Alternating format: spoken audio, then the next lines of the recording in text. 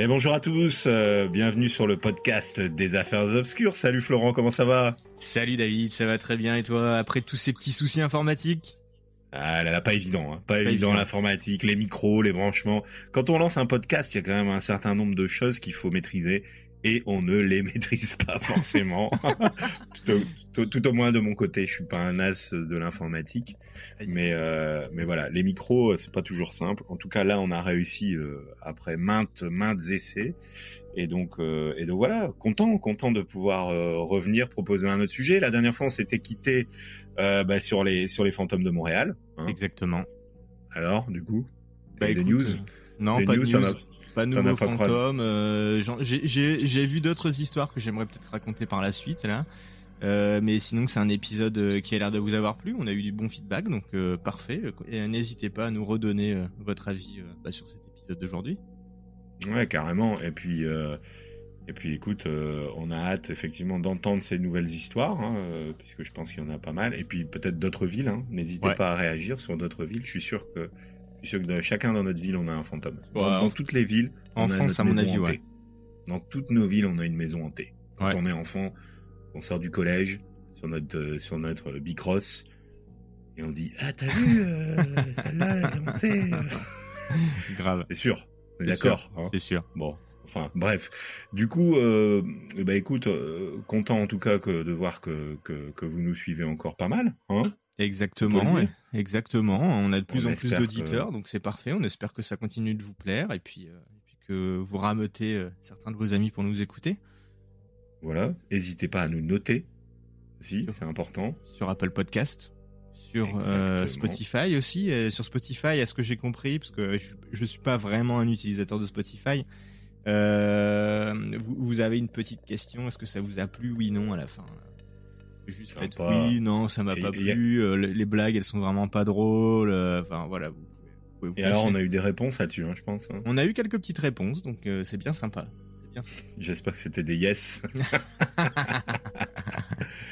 Bon, en tout cas, voilà. Écoute, en tout cas, moi, je me permets de rentrer dans le vif du sujet. Allez, vas-y. De quoi tu nous parles aujourd'hui, David?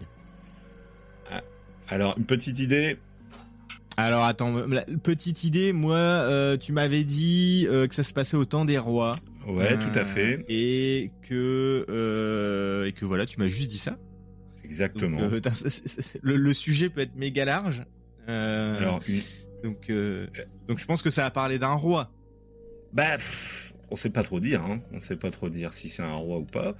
Ça va nous parler. Allez, si je te donne un indice, si je te dis carnaval. Rio, Samba, Venise. C'est un peu pyramide là, le jeu pyramide. Hein, si je te dis... grave. En 3. En 3. Alors là, du coup, non, si je te dis, un loup. J'ai envie de te dire Camoulox. Mais attends, un loup. Allez, non, loup au temps des rois. Si je te dis métal. Métal, épée, masque de fer. Ah, voilà. Le masque pour carnaval, masque. Le loup, c'était le masque, fer, métal, voilà.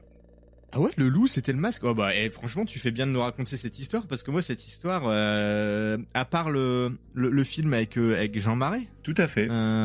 Écoute, j'y connais pas grand-chose. Et puis, plus récemment, de mémoire, avec Leonardo DiCaprio. Ah ouais, mais c'est trop moderne pour moi. Qui a joué de mémoire l'homme au masque de fer avec à l'époque Gérard Depardieu, etc. Ah, quel bon Gérard. Qui était pas un si mauvais film que ça, de mémoire. Ah ouais? Bon, après voilà, hein, on était jeunes, hein, comme dirait l'autre. Donc du coup, oui, l'homme au masque de fer. Est-ce que tu connais un peu l'histoire, toi? Rapidement, comme ça, allez, résumé en 1 minute 30, je te dirais que je crois que c'est quelqu'un qui a été enfermé dans une prison dans le sud de la France. Allez, le sud... Il confond tout là. Il avait un masque. Il avait un masque pour pas qu'on sache qui c'est. Ah. Et en fait, on sait pas qui c'est et c'est peut-être ça l'affaire obscure. C'est ça. Mais tu confonds avec, je pense, le comte de Monte Cristo. Ah, c'est possible. Et alors, aussi. En fait, pour rentrer dans le vif du sujet de l'homme au masque de fer, effectivement, c'est un mystère français qui a traversé les époques, hein, on peut le dire. Ouais. Puisque, en fait, finalement, si on résume rapidement, l'homme au masque de fer, tu l'as dit, c'est quelqu'un qui a été emprisonné pendant plusieurs décennies durant le règne de Louis XIV. Hein. Donc, on se situe effectivement au niveau des années 1650 à peu près, hein, en France. D'accord. Et cet homme, il a porté durant toute sa vie un masque. Alors, on dit un masque de fer. Il a porté un masque de fer, mais il a porté toutes sortes de choses qui ne le permettaient pas de le reconnaître, en tout cas, hein, au niveau de son visage. Ah ouais, ok, il n'y en a pas eu qu'un. Alors, il n'y a pas eu qu'un masque, en tout cas. Il n'y a eu qu'une personne derrière le masque, c'est ça que je voulais dire. Ouais. Hein, et donc, cette personne-là, elle a été enfermée de 1669 à 1703. Alors, je sais pas si tu l'imagines. Ah ouais, quand même. Ouais, pas simple. C'est long. Pas simple, ouais. Donc 34 ans. Ouais, tout à fait. Et donc, si on devait un peu, tu disais tout à l'heure dans le sud de la France, effectivement, il y a eu une partie de. Alors, si on fait un peu le topo de cet emprisonnement, et je pense tu le connais, tu le sais que finalement c'est quelqu'un qui était à la Bastille, hein, la fameuse Bastille. Ouais. Ah, ok, il était à la Bastille. Oui, il était à la prison de la Bastille. Et il est décédé à la prison de la Bastille en 1703. Et sinon, c'est quelqu'un qui a changé plusieurs fois de prison. Alors, on a des témoignages. Le premier témoignage, c'est en 1669, où d'ailleurs l'homme au masque de fer, en fait, il a fait que 2 prisons finalement. Il n'en a pas fait 1000, mais il a fait la prison de Pignerol. Hein. Donc peut-être dans le sud de la France. D'ailleurs, j'ai pas regardé où c'était Pignerol, mais il est resté de 1669 à 1681 là-bas à Pignerol. Et ensuite, il a été déféré, on va dire ça comme ça, à la prison de la Bastille en 1681, où il est décédé en 1703. Hein. Donc en fait, c'est quelqu'un qui a passé 34 ans en prison, ce monsieur. Oh, et donc, le mystère qui entoure un petit peu, ce prisonnier lambda, c'est pourquoi il avait un masque, pourquoi il était caché, qu'est-ce qu'il avait fait, etc., etc. C'est un peu les questions que tu te poses, j'imagine. Exactement. Genre, pourquoi est-ce que on a enfermé quelqu'un et qu'on a surtout pas voulu lui montrer son visage, quoi. Donc ça devait être quelqu'un d'important, ou alors quelqu'un de défiguré, ou je sais pas. Enfin, mais même défiguré, je pense qu'en fait on n'aurait pas. Exactement. On n'aurait pas mis un masque, quoi. Alors, en fait, dans l'histoire, il y a plusieurs mentions qui sont faites, et un peu l'enquête qu'on mène, c'est de savoir quand est-ce qu'on en fait mention, hein, de ce prisonnier, parce que il est pas. Ouais. On va le voir juste après. Il a été quand même, on va dire, largement médiatisé par les auteurs de l'époque, par les écrivains. Mais on a cependant quand même des vraies mentions de cette personne dans des archives. Alors, donc tu veux dire qu'il y a vraiment une base qui est concrète, qui est vraie, tout ça, mais après il y a eu un peu de romantisme autour de ça. Exactement, c'est tout à fait ça. Il a bien existé. L'homme au masque de fer a bien existé. Mais on va le voir juste après. Il y a eu un certain nombre de choses qui ont été montées en épingle, comme tu le sais, hein, par diverses auteurs de l'époque, des grands auteurs, hein, d'ailleurs, tu le verras.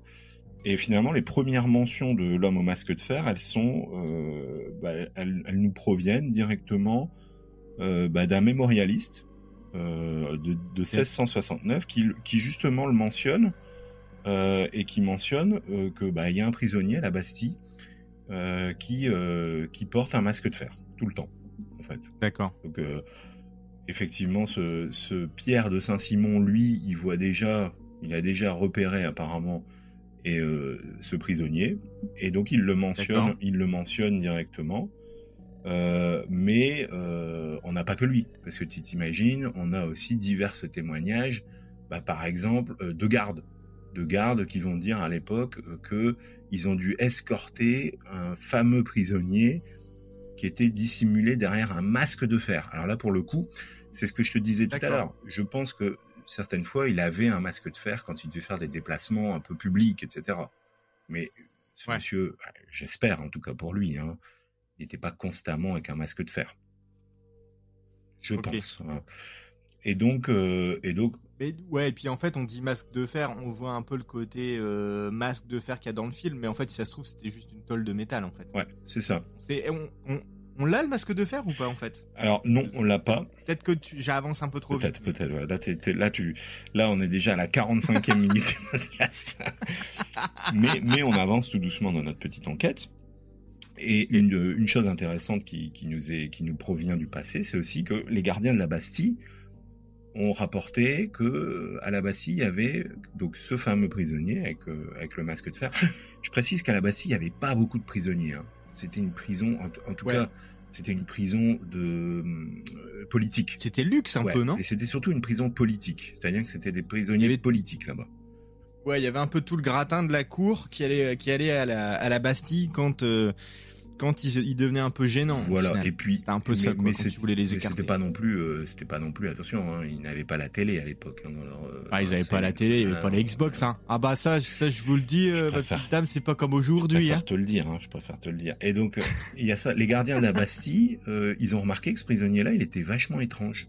Il était agité, il avait des tics. Il hurlait pendant des heures, il se plaignait, il y avait des tocs, ouais.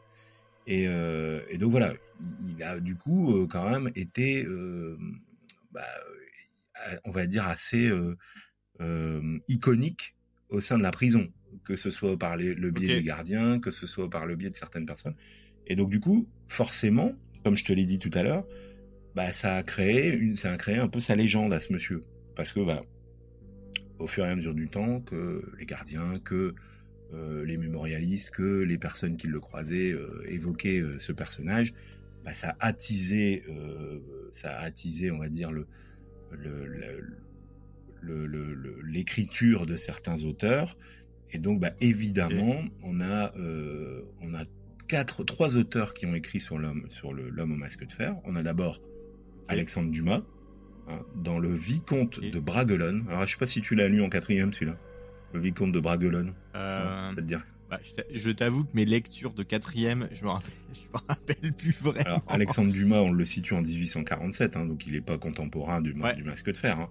Mais du coup, lui, Alexandre Dumas, il vient quand même créer la théorie la plus envisagée d'ailleurs sur l'homme au masque de fer. Tu la connais peut-être, c'est la théorie du frère jumeau de Louis XIV, qui était l'homme au masque de fer. La théorie du film d'ailleurs de Leonardo DiCaprio, hein, que je te disais tout à l'heure. Et donc lui, il vient populariser un peu cette histoire avec ce mystère autour d'un éventuel frère jumeau. Hein. Mais avant, parce que Voltaire, il précède Alexandre Dumas. Voltaire, lui, il va écrire un roman historique qui s'appelle Le siècle de Louis XIV, où il va mentionner ce fameux prisonnier, l'homme au masque de fer.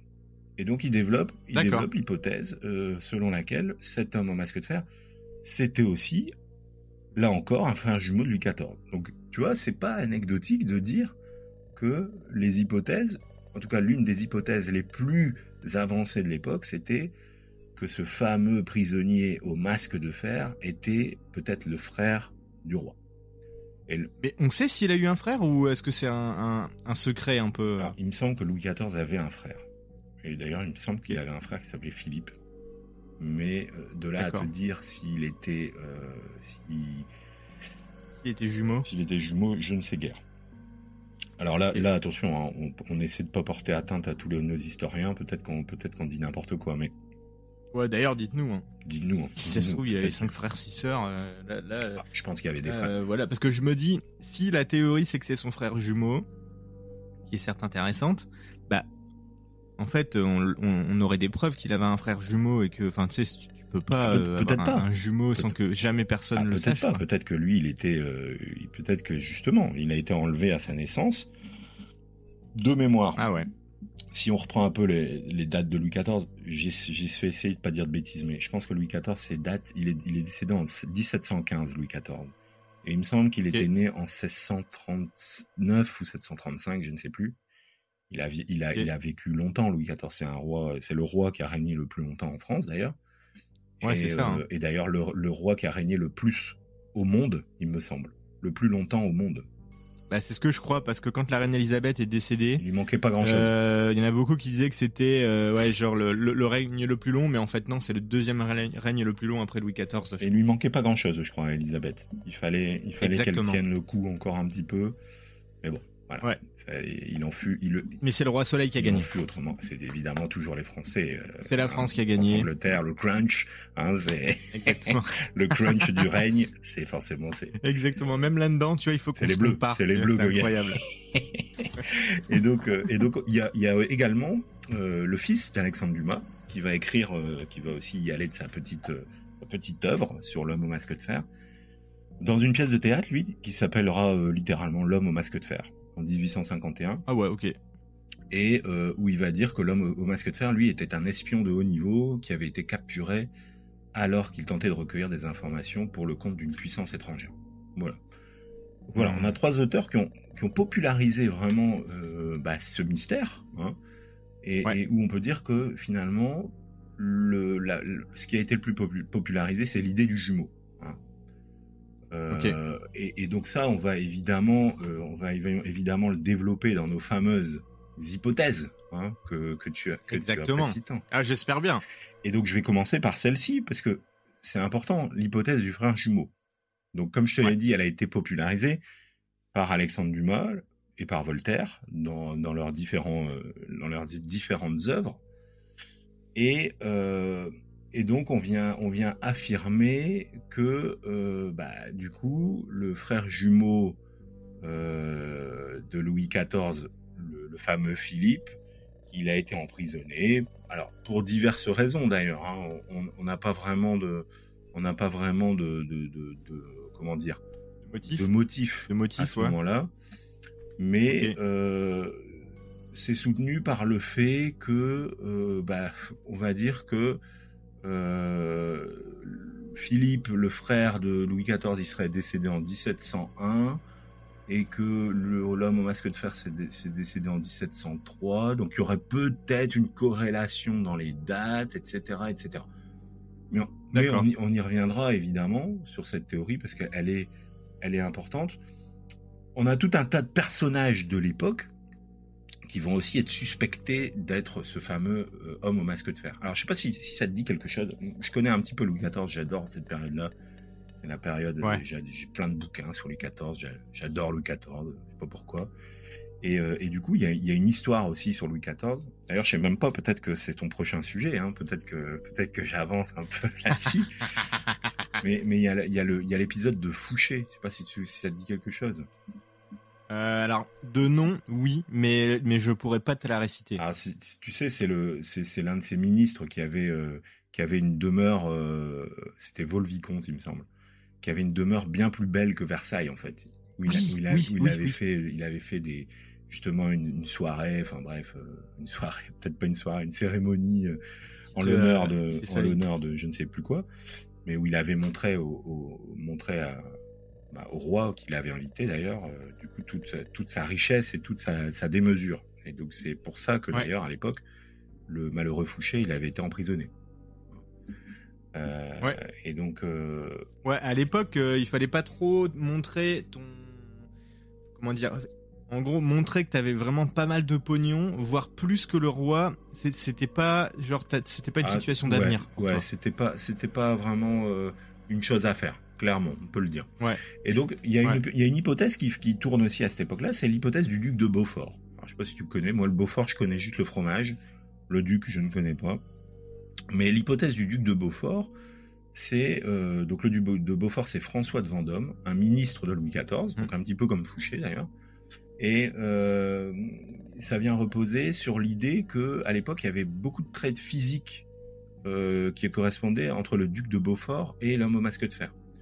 Beaufort, c'était un personnage politique important à l'époque, qui avait pris part notamment dans diverses intrigues et divers complots contre Louis XIV. On va dire qu'il était un peu dans la cabale, pour reprendre les termes de Molière, contre le roi Louis XIV.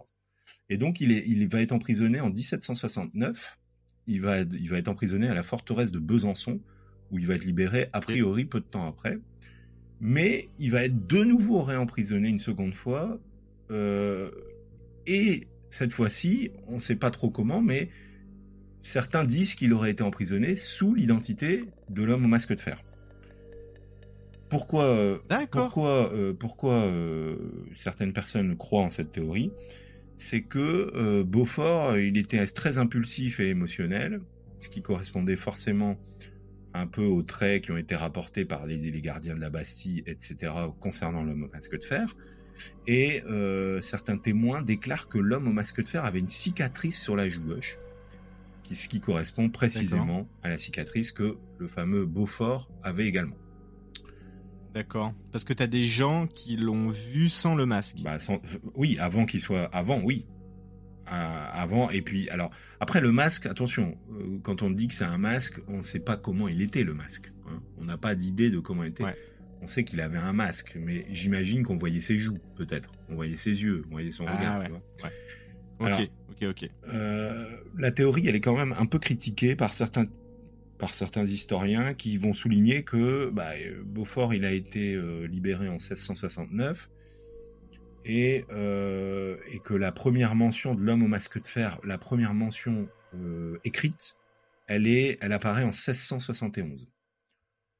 Et que aussi, il est quand même peu probable que Beaufort, un personnage politique de haut rang, a été et forcément tu vas me le dire aussi, ça va de soi. Il est très peu probable que quelqu'un de très connu soit emprisonné sans que personne ne le remarque après, sous une fausse identité. Ouais, c'est ça. Ouais. On va dire que c'est une théorie parmi d'autres, mais qui a quand même ses faiblesses. La théorie du duc de Beaufort. Ensuite, on a une autre théorie qui est la théorie du comte de Vermandois. Ça dit quelque chose, le comte de Vermandois, non? Pas du tout. Pas du tout. Parce que toi, tu t'aurais aimé t'appeler Florent comte de Vermandois, par exemple.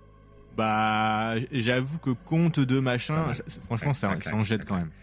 Et donc, le comte de Vermandois, lui, c'est un diplomate italien qui aurait été enlevé par des pirates barbaresques en 1682. Alors là, c'est beaucoup plus... mais quelle histoire. Là, c'est beaucoup plus... Quelle histoire. On va dire exotique. Et... A priori, ce comte de Vermandois, il est l'un des fils illégitimes de Louis XIV et de sa maîtresse Louise de la Vallière. Il y avait pas mal de maîtresses, Louis XIV. D'accord. Ouais. Et donc, il aurait été capturé par les pirates barbaresques et vendu à la cour ottomane. Il aurait ensuite été racheté par Louis XIV et emprisonné pour éviter un conflit sur la succession du trône. C'est pas mal comme théorie, hein. Moi j'aime bien. Ouais, c'est pas mal. A priori, il y avait une forte ressemblance physique avec Louis XIV. Donc, le comte de Vermandois, il ressemblait beaucoup à Louis XIV. Et son existence est quand même restée assez secrète. Donc, tu vois, finalement, c'est ce que je te disais juste avant. Lui, à contrario du comte de Beaufort, du duc de Beaufort, lui, on le voit plus beaucoup à partir d'un moment. Il n'est plus trop dans les parages. Hein. Donc ça coïncide un peu. Cependant, cette théorie, elle est critiquée également parce que il semble que la personnalité du masque de fer, en tout cas tout ce qui se passe, ses cris, ses hurlements, sa personnalité, son caractère, ça correspond pas trop avec les traits du comte de Vermandois, comme ça a été, on va dire. Décrit par certaines personnes qui l'ont côtoyé. D'accord. Donc, a priori, difficile de dire que c'était les mêmes personnes. Et bon, voilà. Une théorie qui est un peu moins probable que la précédente, mais en tout cas, personnellement, que je trouve tout à fait pittoresque, si je puis m'exprimer du terme. Je sais pas ce que t'en penses. Ouais, je suis d'accord. Des barbares qui viennent... Ouais, et puis moi, je trouve que ce genre d'histoire, mais de cette époque-là, t'avais quand même des gens, tu vois, si on fait une petite parenthèse, qui devaient avoir des vies, mais incroyables. Tu sais, c'était pas métro, boulot, dodo. Non. T'avais des aventuriers qui se faisaient capturer par des barbares, c'est n'importe quoi. Ouais, non, c'est sûr. Moi, je trouve ça... Une autre théorie, c'est la théorie du simple prisonnier. On vient dire que en fait, peut-être que c'était juste. Là, c'est celle où on sait le moins le foulet, quoi. Hein. Il y a quelqu'un un jour qui a écrit, peut-être que peut-être que l'homme au masque de fer, c'était juste un gars, comme ça. Hein. Et d'accord. En fait, c'est étayé par le fait que Alors, on a eu des archives de la Bastille, donc ça c'est important aussi de le signaler. Il y a eu des archives à la Bastille qui concernaient l'homme au masque de fer, mais malheureusement qui ont été toutes détruites à la Révolution. La Révolution, elle a fait beaucoup de ménage, malheureusement, dans beaucoup de choses qui provenaient du passé pour nous en tout cas en France. Ouais. Et on va dire que dans les archives qui ont été relayées à l'époque, il parlait quand même d'un prisonnier qui était assez maltraité, qui était traité de manière brutale et inhumaine, et donc pas considéré comme une personne importante. Donc ça sort vraiment de l'histoire officielle, quoi. C'est drôle. Ouais, tout à fait. Okay. Et donc le fait que ce soit qu'il soit détenu dans une prison comme la Bastille, qui était considérée comme une prison de haute sécurité à l'époque, ça nous apprenait peut-être que celui-ci, il était assez dangereux ou important. En fait, c'était ça un peu.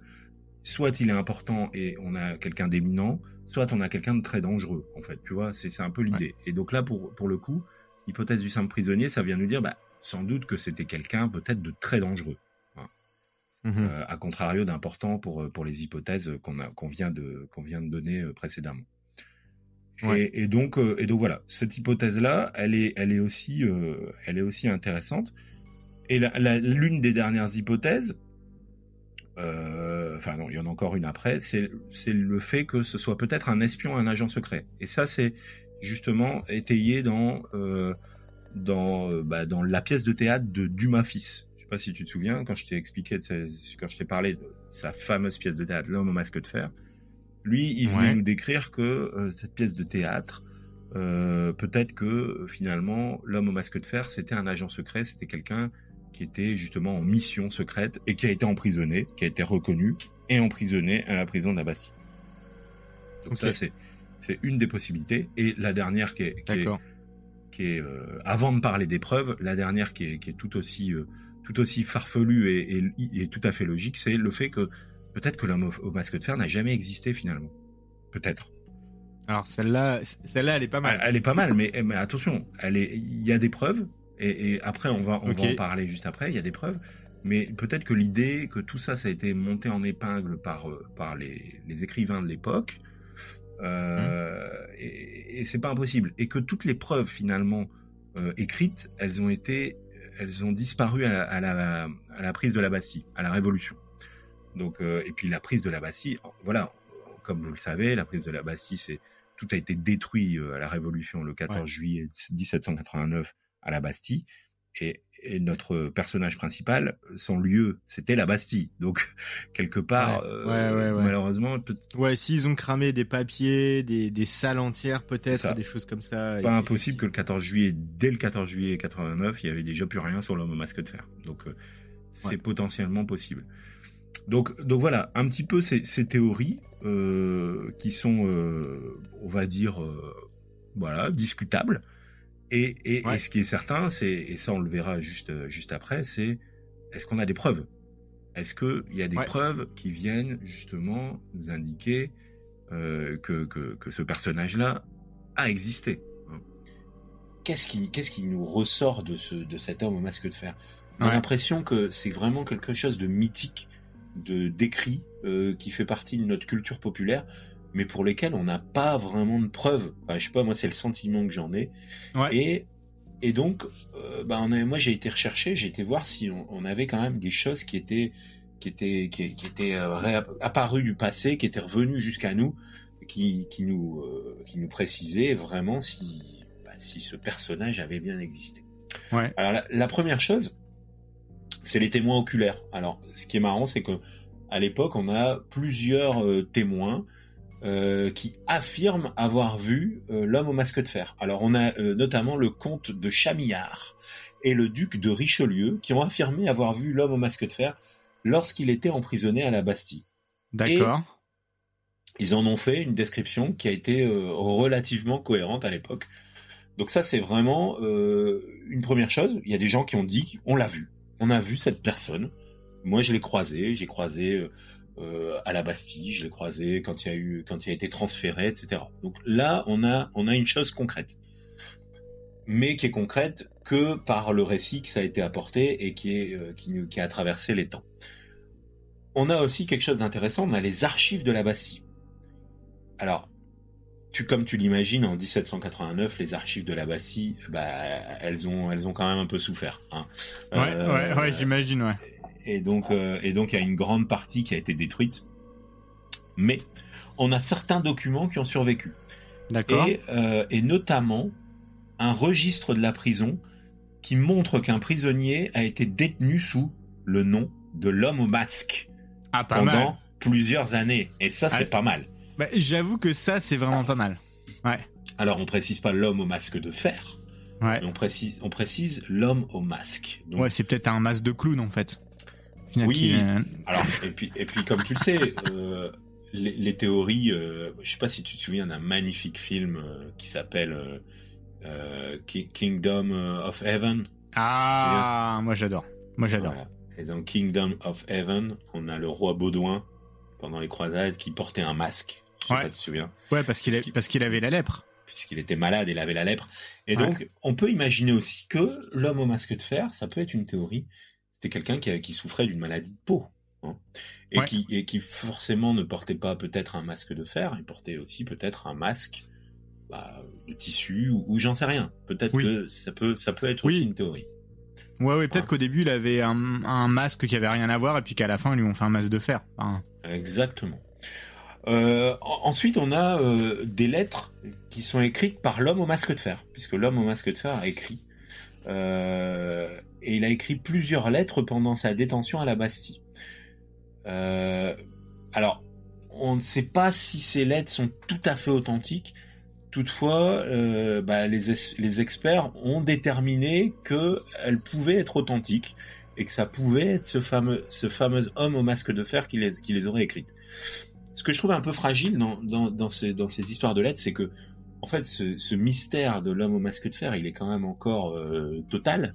Mm-hmm. Mais en fait, on a quand même quelqu'un qui écrit, et je me dis que si tu écris des lettres et que tu es un personnage caché, comment les lettres elles ont pu être transmises ou transférées ou parvenir à quelqu'un sans qu'il y ait des indices qui soient distillés dedans, tu vois. Donc là, il y a quelque chose d'un peu fragile dans cette troisième preuve d'une potentielle existence de l'homme au masque de fer.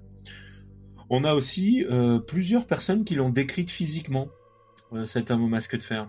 Alors, plusieurs témoins ont décrit, on en revient un peu aux témoins oculaires, plusieurs personnes l'ont décrit, l'homme au masque de fer, comme étant quelqu'un qui avait une cicatrice sur la joue gauche et un œil plus petit que l'autre. Et ça a été confirmé par beaucoup de personnes qui l'ont croisé. Et là encore, moi, c'est marrant parce que quand j'entends ça, il y a quelque chose qui me choque. Pas toi? Une cicatrice sur la joue. Bon, en fait, j'ai envie de te dire. Non, mais exactement, c'est ça. J'ai envie de te dire que si on sait qu'il a un œil plus petit que l'autre et qu'il a une cicatrice, c'est qu'il avait pas de masque, quoi. Voilà. Alors du coup, c'est ça qui est aussi un petit peu particulier dans ce type de preuve, c'est que s'il avait une cicatrice sur la joue gauche, c'est qu'on a vu son visage finalement. Hein. Mm-hmm. Bon. Alors, d'où l'importance de savoir quel était le type de masque qu'il a fait. Et moi, je pense, ma petite théorie, c'est quand même de me dire que je pense qu'il avait une partie du visage caché, mais que c'était pas la totalité, et que au final on a quand même monté en épingle pas mal l'histoire, voire l'abuser, pour justement en faire un masque total un truc un peu romantisé, tu vois, ou avec un mystère et compagnie, pour faire un peu de podcast, tu vois. Un peu de buzz, c'est le buzz de l'époque. Ouais, exactement. Ouais. Les documents historiques, quand même, on a dans les archives de Louis XIV et certaines lettres de Voltaire qui confirment l'existence de l'homme au masque de fer et sa détention à la Bastille. Donc, et Voltaire, il était désolé, mais il était à la même époque. Ouais, Voltaire, je sais pas si tu te souviens, on a évoqué au tout début du podcast. En fait, Voltaire, il a écrit un livre sur l'homme au masque de fer. Ouais. Il a écrit une œuvre et du coup, oui, c'est un contemporain de l'homme au masque de fer. Ok. Et donc voilà un petit peu pour pour ses preuves. Alors, évidemment, c'est un peu comme l'histoire un petit peu comme l'histoire du loup, du monstre de mince, je reviens plus. Gévaudan. La bête du Gévaudan, c'est que le temps passant, forcément, il y a beaucoup de choses qui ont disparu. Ouais. Et c'est pas évident un petit peu de retracer tout ça, mais on a quand même des preuves tangibles sur le fait qu'il y ait quelqu'un qui avait un masque. Hein, okay. Ça c'est clair. Et par rapport du coup à des éventuelles découvertes récentes, puisque je me suis renseigné pour savoir où on en a été par rapport à ce qui avait été découvert récemment sur l'homme au masque de fer. Ouais. Et la dernière découverte, c'est en 2016, donc c'est pas si vieux que ça. On a des experts qui ont analysé les lettres écrites par l'homme au masque de fer. Ok. Et qui ont utilisé des techniques de spectroscopie pour révéler les indices sur la composition de l'encre utilisée. Ouais. Et cette analyse a révélé que les lettres avaient été écrites avec une encre à base de fer. Voilà. Ce qui est cohérent avec la pratique de l'époque.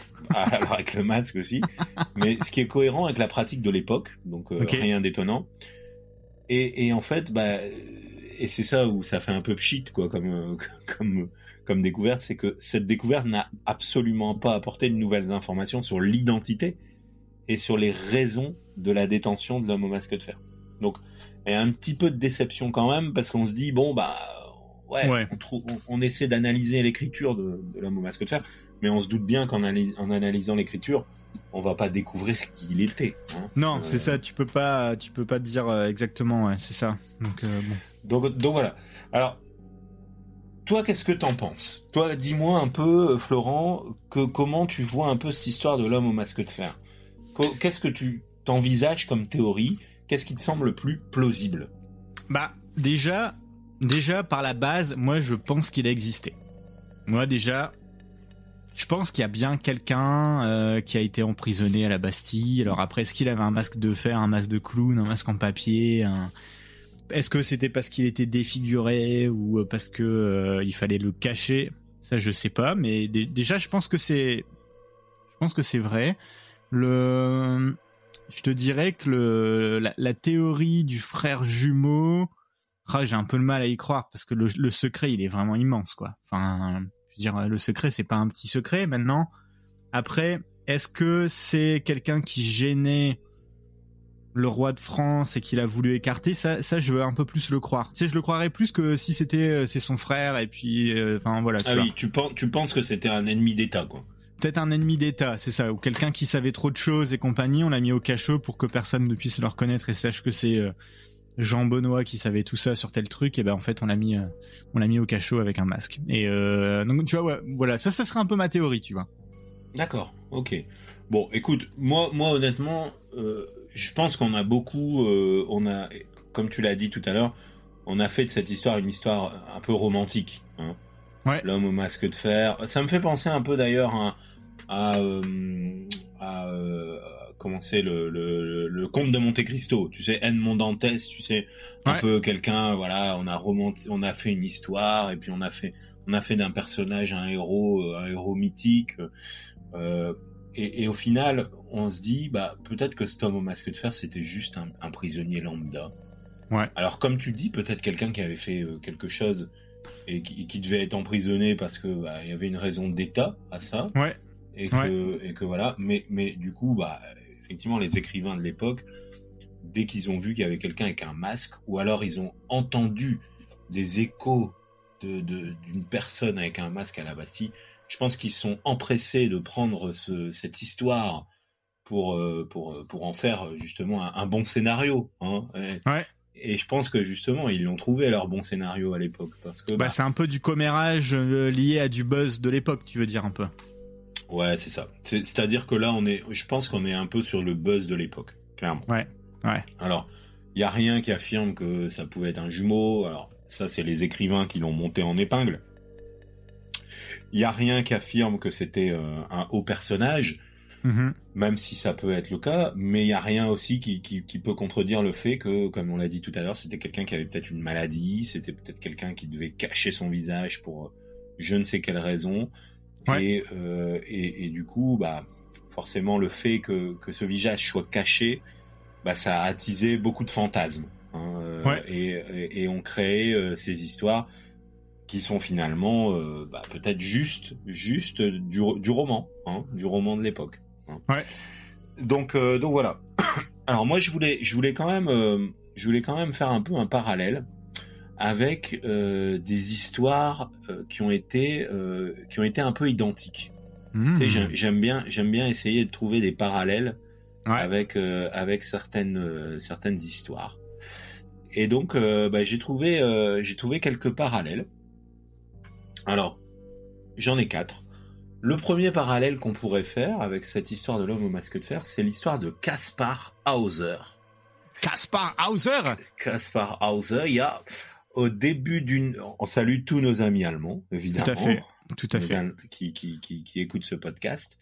Et qui, au début du 19e siècle, donc ce Kaspar Hauser, c'est un jeune homme qui apparaît soudainement dans les rues de Nuremberg, en Allemagne, affirmant qu'il avait été emprisonné depuis sa naissance dans une cave et il est devenu sous le nom de Kaspar Hauser et a suscité un grand intérêt et de nombreuses théories sur son origine et son emprisonnement. En fait, on a quelqu'un qui est arrivé de nulle part, comme ça, du jour au lendemain, et qui a un petit peu dit, voilà, moi j'ai été emprisonné, Donc là, on est un peu sur le phénomène où si l'homme au masque de fer, il avait à un moment donné surgi dans les rues en disant, j'étais l'homme au masque de fer, c'est moi. Voyez, je suis arrivé dans votre ville, j'ai été emprisonné, et maintenant je me présente à vous, etc. Donc ça, c'est première chose, premier parallèle. Deuxième parallèle, toujours un peu dans un pays, on va dire, germanophone, c'est l'histoire de Johann Hort, un prisonnier mystérieux qui a été justement emprisonné en Autriche dans les années 1700 sous le nom de Johann Hort, et sa véritable identité est restée inconnue, tout comme les raisons de sa détention. Donc en fait, on l'appelait Johann Hort, mais personne ne savait qui il était et personne ne savait pourquoi il était en prison à l'époque. Ah ouais, ok. Voilà. Donc voilà l'histoire de l'homme de Johann Hort. J'ai aussi l'histoire de la Dame en fer. Alors là, c'est un petit peu plus... moi, je connais la Dame de fer, mais c'est pas la même. Mais là, c'est la Dame en fer. Okay. Et elle a déjà un point commun avec l'homme au masque de fer, tu l'auras remarqué. Ouais. Et donc c'est une dame mystérieuse qui a été emprisonnée dans une cage de fer en Angleterre au XVIIe siècle. Là, ils adoraient faire ça. C'est une passion pour les Anglais de foutre les gens dans des cages en fer. Bon écoute, je te laisse. La prochaine fois que j'irai à Londres, je ferai gaffe. Bon, fais gaffe, il y a peut-être un Interpol là qui va rechercher un certain Florent. Ah, c'est incroyable. Ouais. Et donc elle était souvent exhibée comme une curiosité de foire. D'accord. Mais en fait, personne ne connaissait son identité et les raisons de sa détention. Donc en fait, c'est une dame qui a été trinque-ballée, mais qui a pas de nom et pour laquelle on ne sait pas pourquoi elle était emprisonnée. Pourtant, les dames en fer, en général, ça fait un peu écho aussi aux histoires qu'on a évoquées la semaine dernière. Tu sais, la dame qui était enfermée dans une cage en fer. Ah, tout à fait. Et en fait, en général, c'était de la sorcellerie ou c'était des choses comme ça. Ouais. Et là, pour le coup, elle, on savait pas pourquoi. On sait pas pourquoi elle était enfermée dans sa cage. Et ça reste encore un mystère pour justement cette fameuse dame en fer. Ok. Et donc la quatrième histoire, c'est l'histoire de la prisonnière de la tour de Constance. Oh. Et là, c'est un peu plus stylé. Parce que c'est une femme inconnue qui a été emprisonnée pendant plus de 30 ans dans une tour à Constance en Allemagne au XVIIIe siècle. Tu sais que j'ai travaillé à Constance pendant quelques mois en Allemagne. Et oui, je sais. Et du coup, tu te souviens un peu de cette histoire, non? Ça te dit rien? Non, moi je sais qu'il y a une statue avec une dame en plein milieu du port de Constance. Donc peut-être que c'est elle, je sais pas. D'accord, je sais pas, peut-être. Et là, pour le coup, pareil. Donc là, ça ressemble vraiment un peu à notre histoire de l'homme au masque de fer, puisqu'en fait, elle a été enfermée dans une tour et personne ne connaît son identité ni la raison de son emprisonnement. Ah ouais. Donc on est vraiment sur un schéma quasi identique, si ce n'est que l'homme au masque de fer, il avait un masque. Hein, on va dire ça comme ça. Et donc voilà. Voilà un petit peu des histoires qui se rapprochent. Alors c'est pas tout à fait les mêmes les mêmes scénarios pour ces histoires, mais dans l'histoire comme ça, il y a eu beaucoup de personnes qui étaient emprisonnées, pour lesquelles on savait pas trop pourquoi elles étaient emprisonnées, et pour laquelle il restait quand même dans l'imaginaire et dans l'inconscient collectif une trace, puisque souvent on se dit finalement c'est pas qui c'est, on sait pas pourquoi, mais le problème c'est derrière on a une trace. Et la preuve en est, c'est qu'on parle de l'homme au masque de fer, on parle de la prisonnière de la tour de Constance, on parle de la dame en fer, et on parle de toutes ces personnes qui étaient inconnues, mais pour lesquelles leur histoire est connue pour le coup. Ouais, ça me rappelle un peu dans le genre d'histoire, tu sais, comme ça, où les gens ils sont un peu inconnus. Ça me rappelle une affaire au Québec qui se passe, je sais plus si c'est dans les années 1700, 1800, mais c'est un gars comme ça qui a été retrouvé, qui avait l'air ultra choqué, qui a été retrouvé au bord d'un village, ultra choqué, qui savait plus parler, tout ça. Et en fait, le gars il s'est fait un peu adopter par le village, ils lui ont donné un nom, puis il a vécu sa vie dans le village, mais personne ne savait de où il venait, qui il était, compagnie. Tu sais, moi je trouve ça super. Enfin, tu sais. Ouais, alors c'est un peu comme l'histoire de l'enfant sauvage là. Tu sais, ça pourra faire aussi l'objet d'une histoire, d'un récit. C'est l'enfant sauvage de je sais plus trop quelle région en France. C'était un enfant qui est apparu du jour au lendemain, mais qui était un enfant apparemment qui avait été élevé par des bêtes, quoi, ou par des loups, par je ne sais quel. Effectivement, t'as des fois des gens qui apparaissent comme ça et qui apparaissent de nulle part. Et je suis sûr qu'on a une tripotée, voire une flopée d'histoires, notamment d'extraterrestres par rapport à ça, puisqu'on n'avait pas encore dit le mot extraterrestre dans cet épisode. Ouais, donc c'est vrai. Je voulais le sortir maintenant. Mais il y a des fois des gens qui tu sais, je les vois bien marcher seuls dans la nuit, un peu avec un épi dans les cheveux, tu sais, et qu'on va voir et à qui on va taper sur l'épaule. Monsieur, ça va? Qu'est-ce que vous faites là? Je sais pas. Je sais pas. Je sais pas du tout. Et on en a tous rencontré des gens comme ça. Alors, soit on les rencontre à 5h du matin à la sortie d'une soirée ou d'une boîte. Et là, on peut y mettre on peut y retrouver un chemin assez logique. En revanche, il y a beaucoup d'histoires où il y a des gens qui se sont retrouvés comme ça, et on sait pas d'où ils viennent, et on sait pas ce qu'ils ont fait, et on sait pas pourquoi ils sont là. Et du coup, ça crée des histoires. Mais des fois, les histoires sont toutes bêtes, et c'est finalement un peu la conclusion de cet épisode de l'homme au masque de fer, c'est que peut-être qu'en fait, finalement, cet homme au masque de fer, c'était vraiment c'était pas quelque chose d'incroyable, c'était juste une personne. C'est peut-être un gars qui avait un bandage, quoi. Peut-être un gars qui avait un bandage, peut-être. Non, mais c'est vrai. Et tu le dis, peut-être. On l'a dit tout à l'heure, peut-être quelqu'un qui avait une maladie de peau, peut-être. Voilà, il y a plein de théories possibles. Et au final, voilà, on en a créé un mythe qui encore aujourd'hui nous fait parler dans cet épisode, quoi. Ouais, exactement. Écoute, merci pour cet épisode, David. Franchement, c'était super intéressant. Merci à toi et merci à vous pour votre écoute. Ça reste un mystère. Ça reste un mystère. Alors, c'est vrai qu'on en a pas parlé en début d'épisode, mais on a été un petit peu absent longtemps, Florent, on peut le dire. Ouais, ça a été un peu galère d'enregistrer cet épisode. Alors, on a eu d'autres petits soucis informatiques. Toi, t'es tombé malade, je suis tombé malade. On avait tous les deux plus de voix à un moment, et compagnie. Moi, j'ai eu une période de travail qui était assez chargée, mais on a quand même réussi à se capter pour finir pour finir d'enregistrer cet épisode. Voilà. Mais bon, voilà. En tout cas, content de voir qu'il y a beaucoup que vous soyez encore fidèles. Et n'hésitez pas à continuer parce que c'est pas fini. La saison n'est pas terminée. Ça n'est pas fini, David. C'est très loin d'être fini. Il y a encore des épisodes qui vont arriver et encore plusieurs d'ici l'été.